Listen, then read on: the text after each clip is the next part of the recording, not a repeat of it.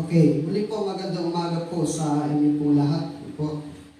So, tunay nga po na mahirap pa na makakilos tayo ngayon. But anyway, alam natin na unti-unti po na babalik na po ang lahat sa normal. So, patuloy po tayo na magtitiwala sa ating pong Panginoon. So, nararapat lamang mga kapatid na sa buhay po natin, kahit na anong sitwasyon meron po tayo, ay dapat hindi po nawawala ang alad ng ating pag-ibig sa Panginoon po. At naisip pa rin natin na sa buhay po natin na tayo po ay magbigay ng kapurihan sa Kanya. So may talata po kung babasahin sa inyo from John chapter 15. So, kung nakikita niyo po yung ating pong message this morning is about life without Christ. Kasi sa panahon po natin, alam natin na mula pa sa simula ng paglalakbay natin dito sa mundo ito, alam natin ang pinagmulan ng lahat ng bagay na meron po tayo. At yan po ay hindi po limit sa atin sapagkat alam po natin na ang Diyos ang patuloy na gumagabay upang tayo po ay bigyan ng lahat ng ating po mga pangailangan at higit sa lahat sa pagkakaloob niya ng kalakasan sa ating po mga katawan. So, dito po sa John chapter 15, ang sabi po ng Bible, I am the true vine, verse 1, and my Father is the husbandman. Every branch in me that beareth not fruit, he taketh away. And every branch that beareth fruit, he purgeth it, that it may bring forth more fruit. Now ye are clean through the word which I have spoken unto you. Abide in me, and I in you. As the branch cannot bear fruit of itself, except it abide in the vine. No more can ye, except ye abide in me. No, so po, dito po sa talatang ito, at tayo naman po ay nanalangin na pagpalain niyo Panginoon ng pag-aaral ng kanyang salita. Ito pong talatang ito ay sinulat ni John de Beloved, na kung saan, kung inyo pong babasahin, kung kayo po ay may Bible na red letter edition, ang nagsasalita po dito walang iba kundi ang ating pong Panginoon. So, dito yung pinapakita, ay sinabi ng ating Panginoon na dapat ang bawat tao po ay manatili sa Kanya. Ang sabi ng Bible, I am the true vine, and my Father is the husbandman. Every branch in me that beareth not fruit, he taketh away. Bawat sanga, bawat sanga, alam po natin na ang Diyos na ay ito po siya po ang ating pinagmulan. Wala pong buhay na mabubuo sa mundong ito or walang anumang bagay na mangyayari sa mundong ito kung wala hong Diyos na lumikha. Kung wala hong Diyos, wala rin tayo. Kung hindi po kumilos ang ating Panginoon at hindi siya naglagay ng kagandahan sa mundong ito at hindi niya tayo binigyan ng buhay, at hindi niya tayo nilikha, ayon sa kanyang wangis, lahat po tayo sa mundong ito ay wala. Dahil ang Diyos lamang po ang pinagmulan ng buhay natin. Kaya nararapat lamang po na sa buhay po natin, ang Diyos ay patuloy po nating sambahin. So sabi ng Bible, every branch in me that beareth not fruit, he taketh away. Ang bawat sanga daw na hindi nagdadala o hindi nagbubunga, kanya itong tinatanggal. And every branch that bear fruit, he purgeth it, that it may bring forth more fruit. Dito po tayo sa verse 2, makikita po natin na ipinapakita ng Panginoon kung ano yung magiging kalagayan ng taong nasa Kanya at ng isang tao na wala sa Kanya. Ang sabi ng Bible, kung ang isang tao, kasi sabi rito, every branch in me, lahat, di ba? Lahat ng tao, ang pinagmulan ng lahat ng tao ay walang iba kundi ang Diyos. Kaya nga, tayo po ay tumatawag sa Kanya na Ama, although may tamang kaparaanan ang Biblia o ang Diyos kung paano ang isang tao ay magiging anak niya. But because God is our Creator, kaya tinatawag natin siyang Ama dahil siya po yung pinagmulan ng lahat ng bagay. Pero hindi nangangahulugan na ang tao literally or spiritually, physically ay anak ng Diyos. Kasi ang sabi ng Bible, may kaparaanan ang Diyos kung paano ang isang tao magiging anak niya. So, dito po sa talatang ito, ang sabi ng Bible, every branch in me that bear not fruit, He take it away. Tinatanggal niya yung mga sanga na hindi nagbubunga. Tinatanggal ng Panginoon kapag ikaw yung isang tao, no? Alam natin na ikaw ay alam mo na may Diyos na lumikha sa iyo. No? Alam mo na may Diyos na lumikha sa iyo, and then yung Diyos na lumikha sa iyo ay hindi mo nabibigyan ng halaga sa buhay mo. Kasi sabi ko po sa inyo, yung konsepto ng mga tao na ang lahat ng tao ay anak ng Diyos, yan po ay kaisipan lang, paniniwalang mula sa kaisipan. No po? Hindi po pwede na ang isang tao ay maging anak ng Diyos na hindi niya ginagawa yung mga bagay na nais ng Diyos para sa kanyang buhay. Unang-una, paano ka magiging anak ng Diyos? May sa Bible, may kaparaanan ang Diyos kung paano niyang aariing ganap o kung paano niya tayo aariing ganap bilang anak niya. No po? Kasi sabi ng Bible, every branch in me, kaya lahat po tayo ay mula sa Diyos. No? Ngayon, pag ikaw ay walang kabuluhan, pwedeng tanggalin ng Panginoon yung kaugnayan niya sa iyo. Di ba? Kaya ang tao na namumuhay ng malaya sa mga bagay na gusto niyang gawin, kaya hindi niya inaalintana yung Diyos na lumikha sa kanya. Baliwala sa kanya yung Diyos na nagbigay ng buhay sa kanya. So makikita mo yung buhay ng isang tao malayong malayo sa kalooban ng Panginoon. Kapag ikaw ay wala sa kanya, malayong malayo yung buhay, yung pamumuhay, yung gawi, lahat malayong malayo kapag ikaw ay hiwalay sa ating pong Panginoon. Kasi sabi ko nga po sa inyo, ang Diyos po ay nagbigay ng kaparaanan upang ang isang tao ay tunay na maging anak ng Diyos. Sa paanong kaparaanan? Sabi po ng Bible sa Matthew chapter 3,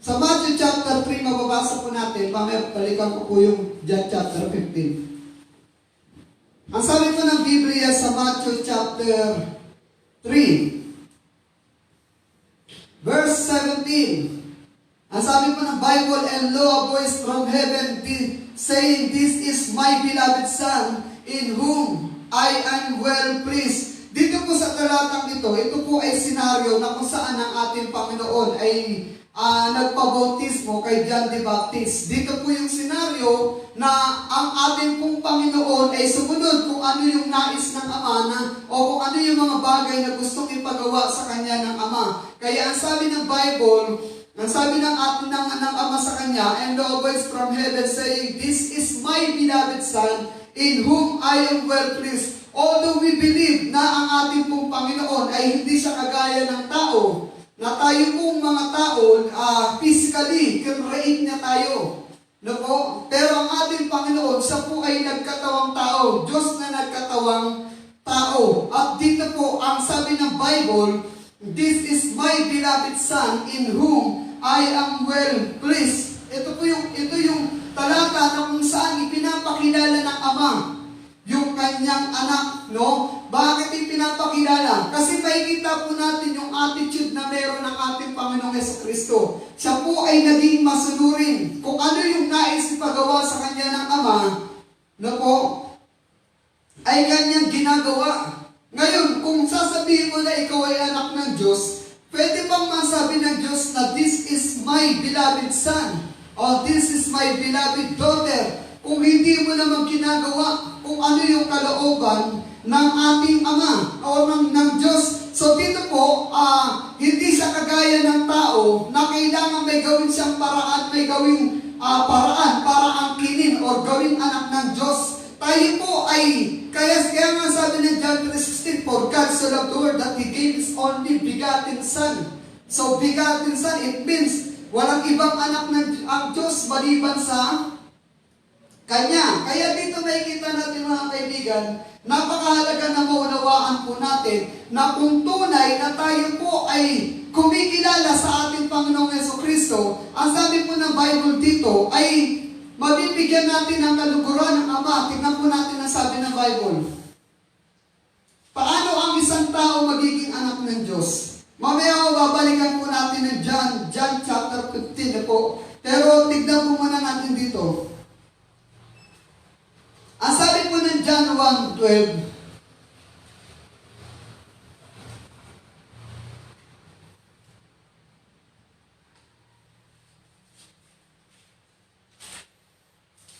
ang sabi po ng John 1:12, verse 12, "But as many as received it, to them gave He power to become the sons of God, even to them that believe on His name, which were born not of blood, nor of the will of the flesh, nor of the will of man, but of God." Sabi niya, ngunit marami sa Kanya nagsitanggap. Kanino nagsitanggap? Sino tinanggap? Si Jesucristo. Ang sabi ng Bible, "To them gave He power to become the sons of God." Nasa Kanya ay binigyan ng kapangyarihan na maging mga anak ng Diyos, even to them, malibaging doon sa mga nanampalataya sa Kanyang pangalan. Kasi sabi ng Bible, walang anumang pangalan sa silong ng langit na nasukat na ikaligtas natin mga tao, kundi sa pangalang Jesucristo. No po? Kaya kung kinikilala mo yung anak, kikilalanin ka ng Ama. Hindi pwede na hindi mo pwedeng kilalanin yung anak kasi lahat ng bagay, no? Lahat ng bagay na gagawin, okay, na gagawin mo sa Panginoon, hindi pwede na hindi ka dadaan, o gagawin mo sa Ama, hindi pwede hindi ka dadaan sa anak, kahit nasa panalangin eh. Alam natin. Sinabi ng John chapter 14, di ba? Tingnan po natin sabi ng John chapter 14. Verse 14. "If ye shall ask anything in my name, I will do it." Ang ating pong Panginoon din ang nagsasabi rito sa salita rito na kung ikaw ay hihingi sa Kanya ng anumang bagay sa Kanyang pangalan, ay gagawin niya. Dito po, kaya nga tayo nananalangin. Kapag tayo nananalangin, lagi ko sinasabi sa inyo, in Jesus' name I pray. Ano bang panalangin na hindi tinatapos, kahit gaano pa kaganda yan, kahit gaano pa kabulaklak ang panalangin ninyo, kung hindi nyo tinatapos sa pangalan ng Panginoong Jesucristo, and then wala rin kabuluhan yan. Kasi sabi ng Bible, na po, sinabi ni Jesus sa John chapter 14 verse 6, ang sabi niya, "I am the way, the truth, and the life, and no man cometh unto the Father, but by me." No? So, sinabi ng ating Panginoon, no, na siya ang katotohanan, ang buhay, di ba? Siya ang daan, ang katotohanan at ang buhay. Walang sino man ang makakaparoon sa Ama, kundi sa pamamagitan niya. So, lahat ng tao, kinakailangan kilalanin ang ating Panginoon. Di ba? So, paano ka magiging anak ng Diyos? Simple lang. Kilalanin mo si Jesus, tanggapin mo si Jesus sa iyong puso. Manampalataya ka sa kay Jesus. Ang sabi po ng Bible sa Galatians 3:26. Kaya mali po yung konsepto na ang isang tao ay anak ng Diyos. Yung kaisipan lang yun. Kasi hindi mo pwedeng ariin. No? Hindi mo pwedeng angkinin. Hindi mo pwedeng sabihin na ikaw ay anak ng Diyos. And then hindi ka na gumagawa ng mga bagay ng kalooban ng ating Panginoon. Hindi pwede na ang Biblia na ibinigay niya sa lahat ng tao ay hindi mo susundin, hindi mo gagawin, hindi mo gagamitin. No po? Kasi ang sabi ng Bible sa Galatians chapter 3 verse 26. Ganyan po sabi ng Galatians 3 chapter 3 verse 26. Ang sabi po sa verse 26, "For ye are all the children of God by faith in Christ Jesus, sapagkat kayong lahat ay mga naging anak ng Diyos sa pamamagitan ng pananampalataya kay Jesucristo." Kapag ang isang tao ay tunay na kumilala sa ating Panginoon, tinanggap niya bilang tagapagligtas, kapag ikaw ay tunay na kumilala sa Kanya at tunay na ikaw ay tumanggap sa Kanya, bibigyan ka ng Diyos ng kapangyarihan na maging anak niya. So kung ikaw ay anak ng Diyos, Yung mga bagay na ninanais ng Diyos, yung mga bagay na gustong ipagawa ng Diyos, yung mga bagay na dapat mong gawin, palatandaan na ikaw ay tunay na anak ng Diyos, yan yung makikita sa iyo. Yan yung makikita sa atin mga kaibigan, yan po ang makikita sa atin. Kaya, hindi mo pwedeng sabihin na ako ay anak ng Diyos, and then, hindi ka nakikinig ng salita ng Diyos. Hindi mo pwedeng sabihin na ako ay anak ng Diyos, hindi ka nagbabasa ng salita ng Diyos. Hindi mo pwedeng sabihin na ako ay anak ng Diyos, hindi ka naman nananalangin. Hindi mo pwedeng sabihin na ako ay anak ng Diyos, hindi ka naman nagsisimba. Di ba? Kasi sa Bible po, inuutos ng Panginoon yung mga bagay at tungkulin ng mga tao na nagsasabi na sila ay anak ng Diyos. Sinabi ng Bible na kung ikaw ay anak ng Diyos, ang kanyang salita ay bibigyan mo ng halaga. Anong sabi ng Joshua chapter 1 verse 8? Ang sabi po ng Joshua 1:8,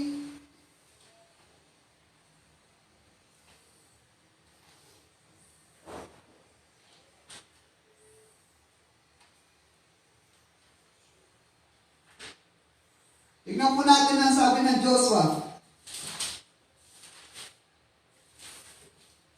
Ang sabi po ng Joshua 1:8, this book of the law shall not depart out of thy mouth, but thou shalt meditate therein day and night, that thou mayest observe to do according to all that is written therein. For then thou shalt make thy way prosperous, and then thou shalt have good success. Ang aklat nito ay huwag mahiwalay sa iyo, sa iyong mga bibig. Di ba? Ang sabi ng Matthew chapter 4 verse 4, di ba? Sinwili ka ng Panginoon na sulat na ang tao hindi lamang sa tinapay ng nabubuhay, ngunit sa bawat salita ng Diyos na namumutawi sa kanyang bibig. It means, kung ikaw ay anak ng Diyos, ang salita ng Diyos, ang pagkain mo, spiritual. Kung ikaw ay kumakain ng physical na panganap na pagkain at pinuprovide mo yun everyday, nag-iisip ka, ano yung kakainin ko, ano yung uulamin ko, di ba? Ano yung lulutuin ko? Kung yung mga bagay na yun, no? Yung mga bagay na ginagawa mo sa araw-araw ay ginagawa mo para tugunan yung pangangailangan ng iyong katawan. And then, dapat hindi naman na kung sinasabi mo ikaw ay anak ng Diyos, tinutugunan mo rin. Yung pangangailangan mo is spiritual. Kaya sabi ng Bible, this book of the law, di ba? Kung ikaw ay anak ng Diyos, ay huwag maiwalay sa iyo. Di ba? But thou shalt meditate therein day and night. Di ba? Ngunit ito yung pagbubulay-bulayan, araw at gabi, that thou mayest observe. Di ba? Yung observe doon, obey to serve. Para malaman mo kung ano yung mga bagay na susundin mo sa paglilingkod. Di ba? To all that is written therein. Kaya nga Bible, sabi nga po sa inyo, ang Bible, may kakayanan na magbago ng buhay ng isang tao. May kakayanan na magbago ng prinsipyo ng isang tao. May kakayanan na magbago ng kaisipan ng tao. Kapag ang isang tao ay tunay na nagpasakop sa Diyos, and then, may kapangyarihan ng Diyos para baguhin, no? May kapangyarihan ng Diyos para tayo ay turuan. Kaya nga sabi dyan, but thou shalt meditate therein day and night, that thou mayest observe to do according to all that is written therein. For then thou shalt make thy way prosperous, and then thou shalt have good success. Magkaroon ka ng magandang pagtatagumpay. Bakit maganda? Kasi meron pong pangit na pagtatagumpay. Ano po yung pangit na pagtatagumpay? Yung may narating kang wala kang kasamang Diyos. Yung po yung pangit na pagtatagumpay. No po? Kaya sabi ng Bible nito, and then thou shalt have good success. Kahit gaano ka pa kagaling, kahit gaano ka pa katalino, kahit gaano ka pa kahusay, kahit gaano ka pa kayaman, kahit gaano ka pa katanyag, kung wala kang kilala wala kang sinusunod na Diyos, hindi ka pa rin matagumpay. Darating at darating pa rin ang time na sasabihin mo, parang may kulang. Di ba? Darating at darating pa rin yung time na sasabihin mo yan. Kasi kung sinasabi mo na ikaw ay anak ng Diyos, ito po yung isa. Ang sabi ng Bible, ang utos sa iyo ng Bible, ang utos sa iyo ng Diyos, this book of the law shall not depart out of thy mouth. Ang aklat na hunain ng salita niya ay hindi dapat mahiwalay sa iyo. Ngunit ito yung iyong pagbubulay-bulayan. Di ba? And then, kung sinasabi mong ikaw ay anak ng Diyos, ito po ay utos, no? Sa mga anak ng Diyos. Ikaw mismo, alam mo, no, sa sarili mo. Kasi hindi pwedeng sabihin ng isang tao na siya anak ng Diyos, and then wala siyang salita ng Diyos. Hindi niya pinakikinggan ang salita ng Diyos. Hindi pwede na ganun. Then sabi ng Bible, ang anak ng Diyos, hindi niya kinakaligtaan ang pananambahan. Ano sabi po ng Hebrews chapter 10 verse 25? Not forsaking the assembling of ourselves together, as the manner of some is, but exhorting one another, and so much more as you see the day approaching. Not forsaking the assembling. Diba? Huwag kaligtaan ng pagkakatipon ng bawat isa. Diba? Ibig sabihin, kung ikaw ay anak ng Diyos, hindi pinipilit, no? Hindi ipinipilit sa isang tao na sige na, pumunta ka na ng church. Ikaw mismo ang magkukusa kasi meron din sinasabi mo eh. Di ba? Yan ay, kumbaga, yan po ay pakikitungo mo, hindi sa tao, kundi pakikitungo mo sa Diyos. Kung kaano mo binibigyan ng halaga ang Diyos, kung sinasabi mo na ang Diyos ay mahalaga sa iyo, and then yun yung magpumotivate sa iyo, na ikaw mismo ang gumawa para gawin yung kagustuhan ng Panginoon at hindi ng tao. Kaya ako naniniwala na kapag ang isang tao ay anak ng Diyos, alam niya kung ano yung kanyang tungkulin. Alam mo yung tungkulin mo. Hindi pwede na wala kang alam. Diba? Pag sinabi kasi, sabi ko nga sa inyo, ang pagmamahal, hindi yan galing mismo sa bibig. Ang pagmamahal ay action. Ibig sabihin niyan, yun yung nagpupursige sa'yo na gawin yung isang bagay kapag mahalaga sa'yo. Di ba? Kung talagang mahal natin ang Diyos, yun din yung magiging dahilan para gawin natin yung kanyang kalooban.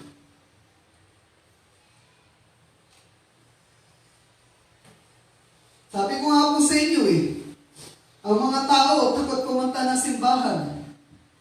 Iniisip nila kasi yung pandemya, yung COVID, pero hindi takot pumunta ng party. Hindi takot pumunta ng birthday yan. Di ba? Iniisip, baka mahawa kasi kami, pastor. Hindi ganun. Dapat po natin maunawaan. Nakabase lagi yan sa atin pong attitude toward God. Kung sinasabi natin na tunay natin mahal ang Diyos, then yun po yung gagawin natin. Na po, we are not forsaking the assembling of ourselves together. Hindi natin hahayaan na kaligtaan. Sabi ko nga po sa inyo, kung sa Old and New Testament lang, halos lahat ng sa Old Testament halos lahat ng mga tao sa Old Testament time sa mga Israelites people, halos lang mandato na sa kanila na gawin yung ganitong bagay. Hindi sila pwedeng humadlang o hindi sila pwedeng umangal. Sabi ko nga po sa inyo, kung yung scenario na yun ay inabot natin na kung saan yung mga tao na sa kapanahunan nila Moses, di ba? Ay talagang may batas na pinaiiral ng Diyos para ang bansang Israel ay sumunod. Di ba? Sa atin, sobrang ang laya natin. Di ba? Sobrang lumuwag tayo ng gusto. Di ba? Nabuhay tayo sa kalayaan, and then yung kalayaan din naman na yun ang sumasakop sa atin, di ba? Upang hindi din natin gawin kung ano yung mga bagay na nakakalugod sa atin pong Panginoon. So, kung sinasabi mo ikaw ay anak ng Diyos, hindi yan dinitikta ng tao, kundi dinitikta ng puso mo para gawin yung mga bagay na kung saan nais ng Panginoon na ikaw ay magbigay ng kapurihan sa Kanya. So, paano mo marinig yung salitang, "This is my beloved son, this is my beloved daughter," na kung saan, kung ikaw ay susunod sa kalooban ng Panginoon, maririnig mo yun pagdating ng araw. Diba? Pero kung paano mo mapapatunayan sa Diyos na ikaw ay anak niya, na ikaw ay pag-aari niya, kung yung mga bagay na pinagagawa sa atin ng ating Panginoon ay hindi natin ginagawa? Diba? Kung yung mga bagay na sinasabi sa atin ng Panginoon ay hindi natin ginagawa. Life without Christ is useless. Lagi niyo pong pagkagandaan, ang buhay na wala kay Kristo, wala rin kabuluhan yan. Sabi po ng Bible, "Every branch in me that beareth not fruit, He taketh away." Tinatanggal yan. "And every branch that beareth fruit, He purgeth it, that it may bring forth more fruit." Alam niyo po ba, kung hindi po mapapansin, ang mga Kristiyano ng Old Testament, o ng New Testament time, mula kay Jesus Christ, kay John the Baptist, kay Jesus Christ at sa mga disipulo, sila po yung mga nakaranas ng pag-uusig. At halos lahat sila ay namatay. Namatay sila saan? Namatay sila na ipinaglalaban ang salita ng Diyos. Namatay sila na ipinaglalaban ang ating Panginoon. Namatay silang lahat para gawin kung ano yung kalooban ng ating Panginoon. At kung tayo'y nagsasabi, di ba, na tayo'y mga anak ng Diyos, kaya mo bang gawin yung mga bagay na ginawa nila? Di ba? Sila po ay nagbuwis ng buhay. Ginawa nila kung ano yung mga bagay para sa ikaluluhalhati ng Ama, sa ikalulugod ng Ama.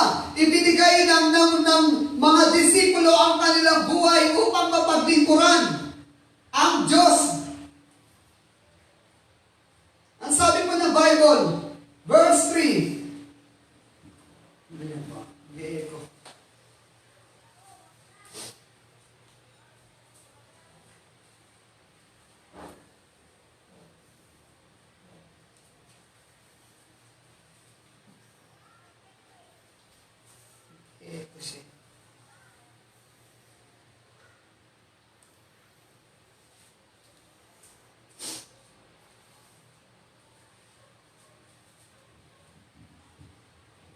Ang sabi po ng verse 3, "Now ye are clean through the word which I have spoken unto you." Kaya ngayon kayo malinis na mula sa salita na sinasalita ko sa inyo. Anong utos ng Panginoon? Abide in me. Diba? Manahan kayo sa akin at ako ay sa inyo. As the branch cannot bear fruit of itself except it abide in the vine, no more can ye except ye abide in me. Wala tayong magagawa. Akala ng iba, pag nakatapos sila ng pag-aaral, patagumpay na sila. Akala ng iba, kapag nagkaroon na sila ng magandang trabaho, matagumpay na sila. Ganun ba ang tagumpay? Maganda yung ganun. Maganda na may narating ka, may natapos ka. Pero kahit na anong pagsusumikap mo, kung wala ang Diyos, kung wala kang kinikilalang Diyos, lahat ng mga bagay na pinagsisikapan mo, ayan din ang magpapahirap sa'yo. Tingnan niyo yung mga taong walang kilalang Diyos. Araw-araw, trabaho. Tingnan mo, gusto na nilang sumuko. Hinahanap nila yung tunay na kapahingahan. Pero alam niyo po ba, lahat ng mga tao na kung tunay na sila ay kumikilala sa Panginoon, hindi ka paguran sa kanila ang lahat kapag ikaw ay may kilalang Kristo. Hindi ka paguran sa iyo kung ikaw ay may kasamang Diyos, hindi kilalang Diyos, itinataas na Diyos, kahit gaano ka pakabisi sa yung trabaho, nagbibigay ka pa rin ng panahon sa Kanya. Alam mo ba, hindi mo mararamdaman ang pagod kapag ikaw yung tao na laging nagbibigay ng oras para sa ating Panginoon. Kaya tignan mo yung mga taong puro trabaho. Di ba? Halos pagal na pagal sila. At bukod sa pagal na sila, hindi pa sila kontento.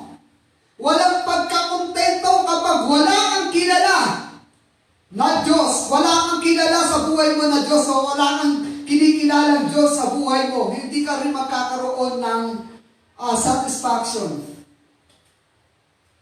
Hindi ka magkakaroon ng tunay, no, na kasiyahan sa pagpapagal na ginagawa mo. Ang sabi ng Bible, hindi kasi pwede ba mamali ang Biblia. Ang sabi ng Bible, abide in me. Utos ng Panginoon, John 15 verse 3. Abide in, verse 4. Abide in me and I in you. Bakit? Kapag sa buhay mo, kung ang buhay mo ay sasabahan mo ng Panginoon, kung ang buhay mo ilalagyan mo ng Panginoon, makikita mo na kahit na hirap ka na, makikita mo pa rin, gigiti at gigiti ka. Bakit? Sabi kasi ng Bible, rejoice in the Lord always. And again I say rejoice. Di ba? Makukuha mo pa rin umiti. Makukuha mo pa rin maging masaya. Kahit bigat na bigat ka na, alam mo kung sino yung magbibigay sa'yo ng kalakasan. Alam mo kung sino yung makikinig sa'yo. Kahit nahirap ka na sa buhay, alam mo kung sino yung makikinig sa'yo. Alam mo iko-quote mo sa buhay mo yung talata ng Matthew chapter 11, verse 28, na winika ng Panginoon, come unto me. Di ba? Alam mo kapag ikaw ay na kay Kristo, mga kaibigan, alam mo kung sino ang pagkakatiwalaan mo. Alam mo kung sino yung lalapitan mo. Ano sabi ng Panginoon sa Matthew 11:28? Ang sabi niya rito, come unto me, all ye that labor and are heavy laden, and I will give you rest. Diba? Lumapit kayo sa akin, kayong nagpapagal at nabibigat ang lubos, and I will give you rest. At bibigyan ko kayo ng kapahingahan. Di ba? Bibigyan ka ng Diyos ng kapahingahan. Mapalad ka, kaibigan, kung sa buhay mo, kahit na ikaw ay hirap na hirap, basta may kilala kang Diyos, yung kahirapan, yung kapaguran ay baliwala sa iyo. Dahil meron kang Diyos na kinikilala. Magkaiba yung kilala mo lang ang Diyos sa pamamagitan ng iyong labi kaysa kilala mo ang Diyos sa pamamagitan ng iyong puso.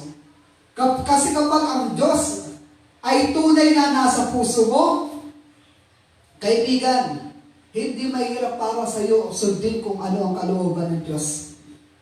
Ako na po nagsasabi sa inyo na hindi mahirap sa isang tao na pasunurin. Di ba? Sabi ko nga may mga tao na kaya nilang ibigay ang kanilang buhay sa Diyos. May mga taong ganun. May nanay na ganun. May tatay na ganun. May anak na ganun. May binata na ganun. May dalaga na ganun. May mga tao na kayang-kaya nilang iwanan ang lahat ng bagay. Masunod lang ang kalooban ng Diyos. Meron naman mga tao na kaya nilang ibigay ang kanilang oras kahit sila'y busy sa pag-aaral, kahit sila'y busy sa pagtatrabaho, kahit sila'y busy sa gawaing bahay, kahit na busy sila sa anumang bagay, nagagawa pa rin nila na ibigay ang kanilang oras sa ating Panginoon. Meron namang tao na kilala ang Diyos sa pamamagitan ng kanilang isip. Kahit hindi ako sumusunod, hindi ako pumupunta ng church, nasa isip ko naman ang Diyos. Di ba? May mga tao din na nagsasabi na mahal ko ang Diyos. Alam ng Diyos kung gaano ko siya kamahal. Ang pruweba, mga kaibigan, ang patunay, mga kaibigan, ng pagsasabi natin mahal natin ang Diyos, ito po ang sinasabi ng Biblia hallelujah, sa mga taong nagsasabing mahal mo ang Diyos. Tingnan po natin ang sabi ng Bible. Balikan po natin yung John 14, verse 15. Ang sabi ng Bible, John 14:15, if you love me, keep my commandments. Kung mahal niyo ako, sundin niyo, gawin niyo, tupdin niyo ang aking ipinag-uutos. Ayan po yung utos ng Panginoon sa mga taong nagmamahal sa Kanya. Ano ka ba dun sa tatlo? Ikaw yung tao na kayang isuko yung buhay para sa Panginoon, kaya niyang talikuran ng lahat ng bagay. Ikaw yung tao na may oras sa Kanya, kahit na busy sa pag-aaral, busy sa trabaho, busy sa anumang bagay, may oras ka pa rin para sa Kanya, na para sa Kanya, at walang sino mang pwedeng umagaw nun. O yung ikaw yung tao na nagsasabing, mahal ko naman ang Diyos, nasa isip ko naman siya, kahit hindi ako nagsisimba, kahit hindi ako nagbabasa, kahit hindi ako nananalangin, mahal ko ang Diyos. Paano mo nasabi na mahal mo ang Diyos na hindi mo sinusunod? Kasi ang liwanag naman na sinabi ng Bible, if you love me, keep my commandments. Utos ng Panginoon. Sa mga taong nagsasabing mahal nila ang Panginoon, sa mga taong nagsasabi na mahal natin ang Diyos, ang patunay kapag sinabi ng isang tao na mahal niya ang Diyos, pagtilingkuran niya yung tao o yung Diyos na sinasabi niyang mahal niya. Diba? If you love me, keep my commandments, kasi ang utos ng Panginoon. Hindi pa nga yan ang Ano po sabi ng Matthew chapter 22? Tignan natin ang sabi ng Bible. Matthew chapter 22.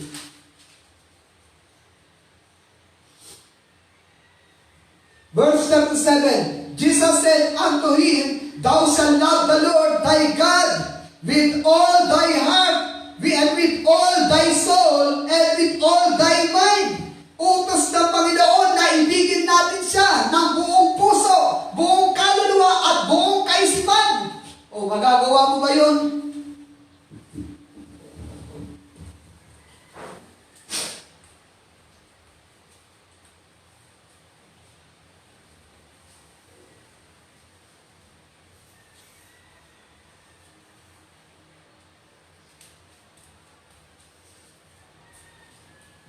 Feedback.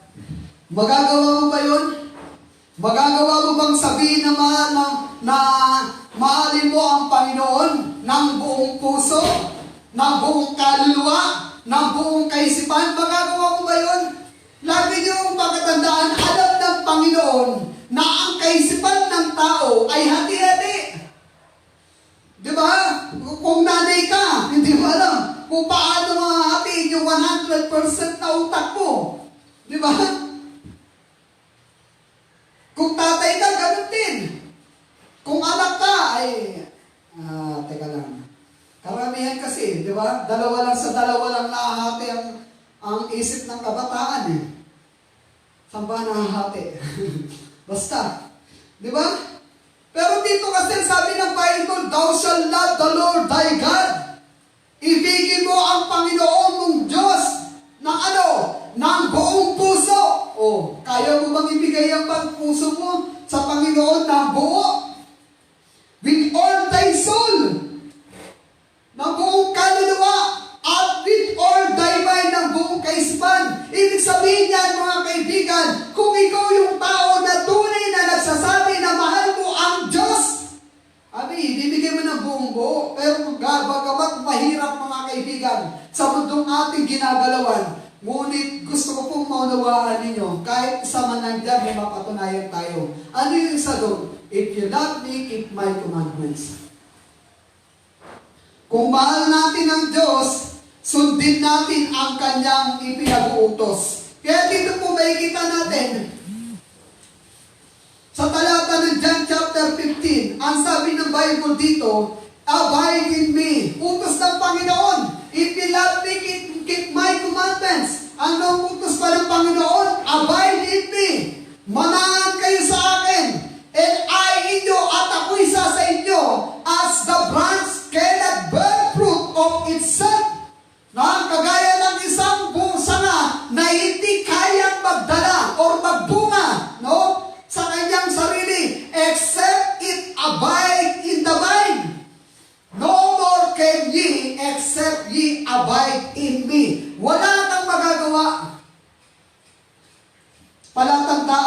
lumalayo ka sa Diyos, napapagod ka, nakakaramdam ka ng kapaguran. Nakakapagod ka ng kapaguran sa lahat ng bagay. Lagi niyo pakatandaan yan, mapatrabaho, mapapamilya, o ano man ang iyong ginagawa, makakaramdam ka ng kapaguran. Kapag hindi mo kilala ang ating Panginoon, kapag hiwalay ka sa ating Panginoon, ang sabi ng Bible, no more can ye except ye abide in me. Wala kang magagawa maliban na lamang kung ikaw ay mananahan o mananatili sa ating Panginoon. Ang sabi ng verse 5, I am the vine, ye are the branches, he that abideth in me, and I in him, the same bringeth forth much fruit, for without me ye can do nothing. Life without Christ is useless.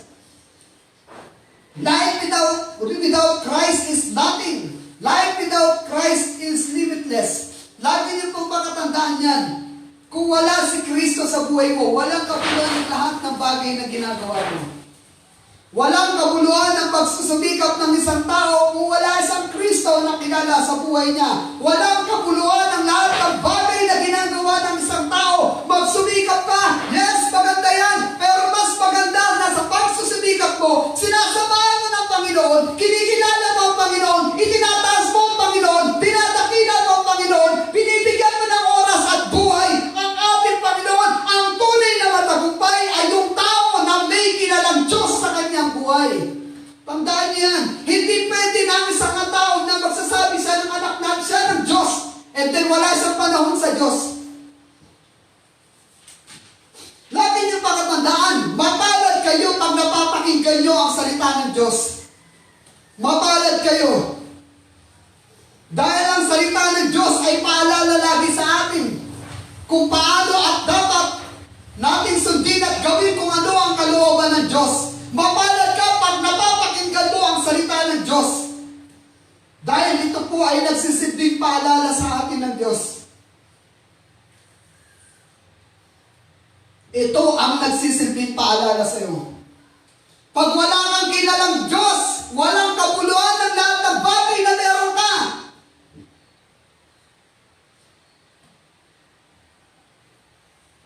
Dati, may nagalok sa akin. Sabi niya sa akin, magtrabaho ka na lang sa akin. Susunduhan kita.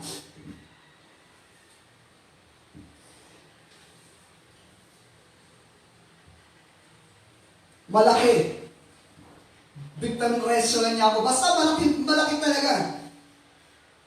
Malaki pa sa,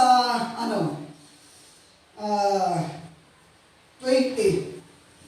Basta malaki. Sabi niya, sa akin ka na magtrabaho.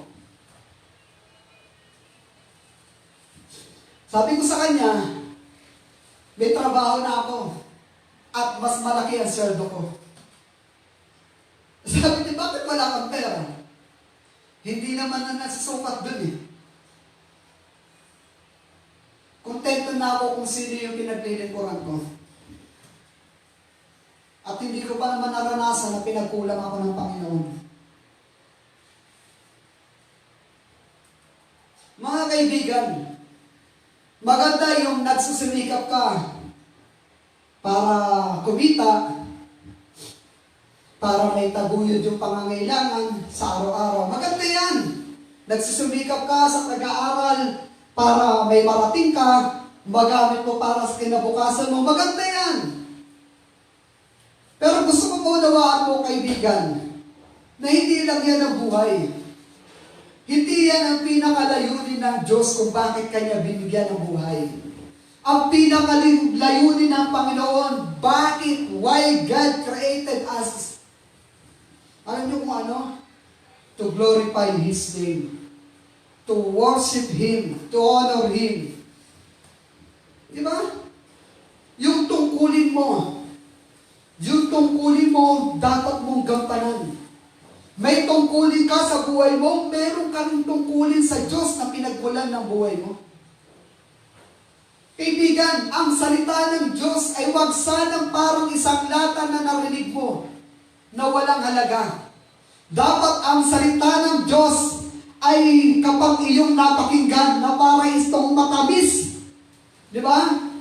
Na nais mong laging mapakinggan.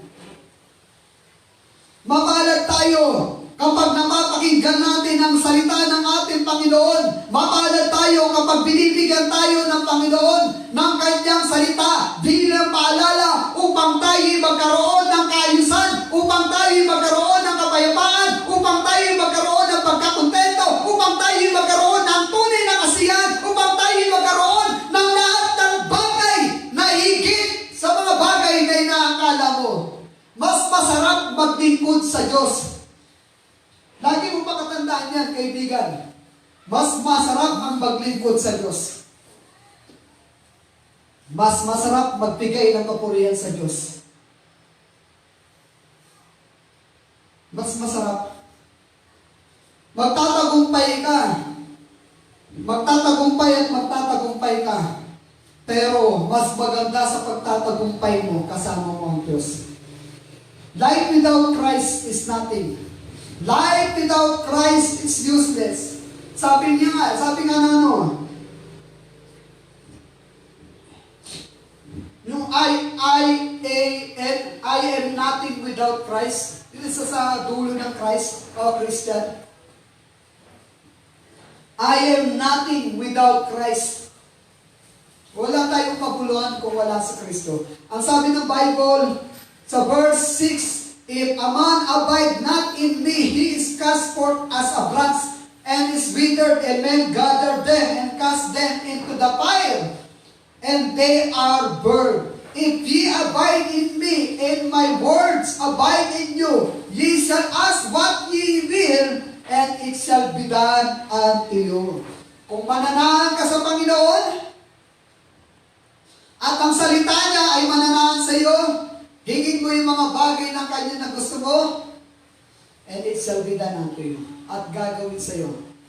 Ano na sabi ng Psalms 37, verse 4? Psalms 37, 4.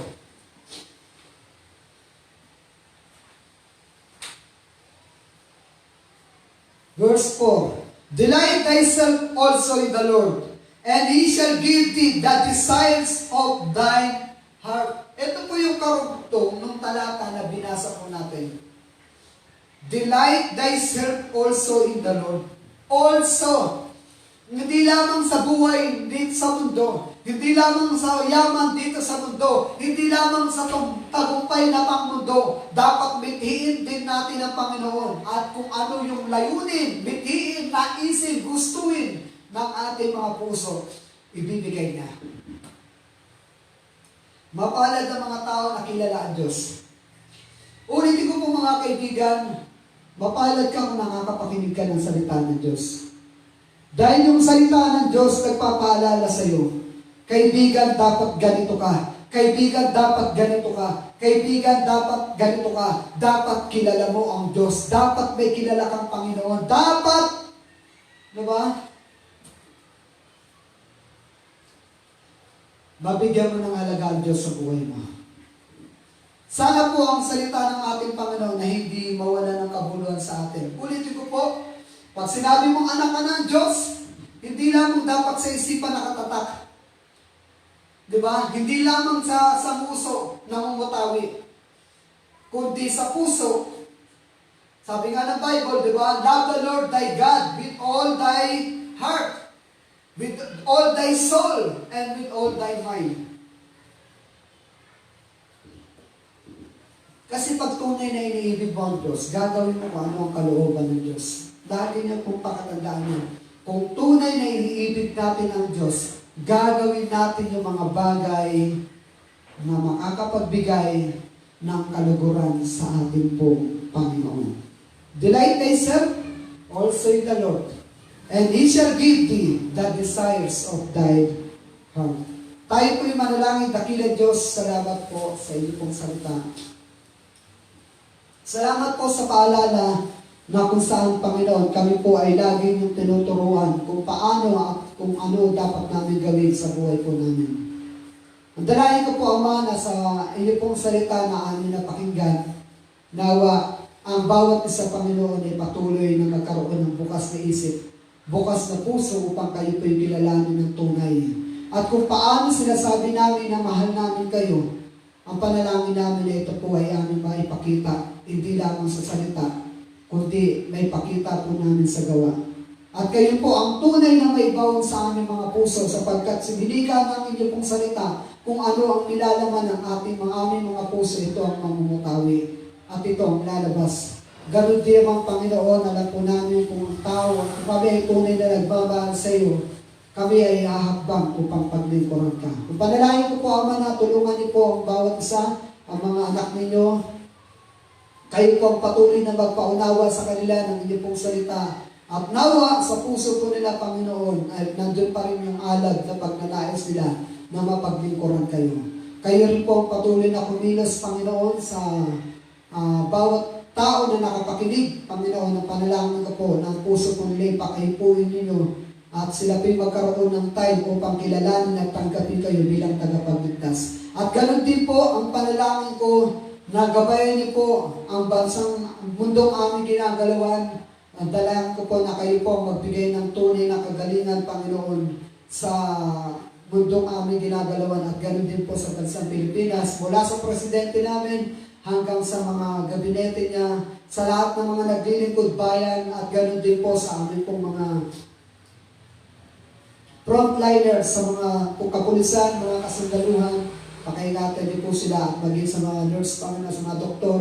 Ginagamit niyo po upang magbigay ng kagalingan at panalangin ko na proteksyonan niyo po sila sa araw-araw. At tulungan at ganoon din po ay provide ang pangangailangan ng mga anak o may mga karamdaman. Ang panalangin ko po ay pagbibigay niyo po ng kagalingan, Panginoon. Kung meron man po problema, ang panalangin ko po na kayo po ang makitang solusyon upang patuloy na maging matibay sa pagtitiwala sa inyo. At ganoon din po, pagpalain niyo po ang aming po mga mahal sa buhay. Kayo po patuloy na mangunat sa kanya. Gabay niyo po, ilayusan mo ang karamdaman, bigyan ng kalakasan. Ganoon din po sa mga kapatiran po namin, palakasin niyo po sila spiritually, physically.